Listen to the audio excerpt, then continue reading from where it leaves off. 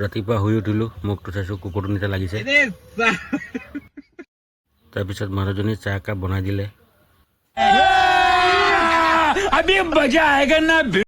তাৰপিছত ওলাই গ'লোঁ বজাৰ কৰিবলৈ।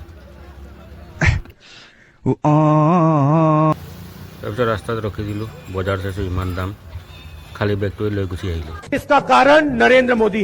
তাৰপিছত লাহেকৈ গুচি আহিলে ইয়াৰ ওচৰত, ইয়াৰ নাম প্ৰদীপ। মাংস ল'বলৈ ফোন কৰি মাতিলে মোক। এই মাংস কাটিছে না মানুহ কাটিছে একো ধৰিবই নোৱাৰিছোঁ। তাৰপিছত ক'লোঁ ইয়াক আধা কেজি মাংস দিবলৈ। মাংসটো ভালকৈ কাটিছে।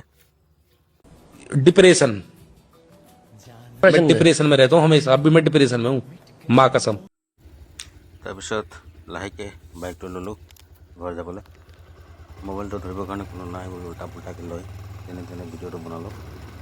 ভিডিঅ'টো চাই কেনেকৈ লাগিলে আপোনালোকৰ কমেণ্ট কৰিব, লাইক কৰিব আৰু পাৰিলে শ্বেয়াৰ কৰি দিব, নহ'লে কথাটো বেয়া হৈ যাব।